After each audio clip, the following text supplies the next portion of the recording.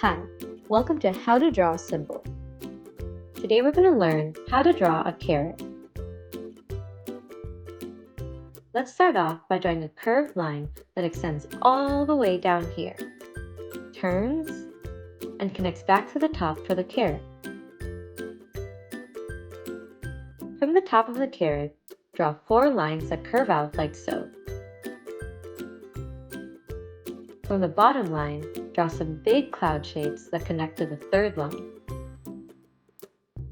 From the second line, draw some more cloud shapes like so. And once more from the first line. To add some texture, draw some very thin curved lines here and there. And now you've got a carrot.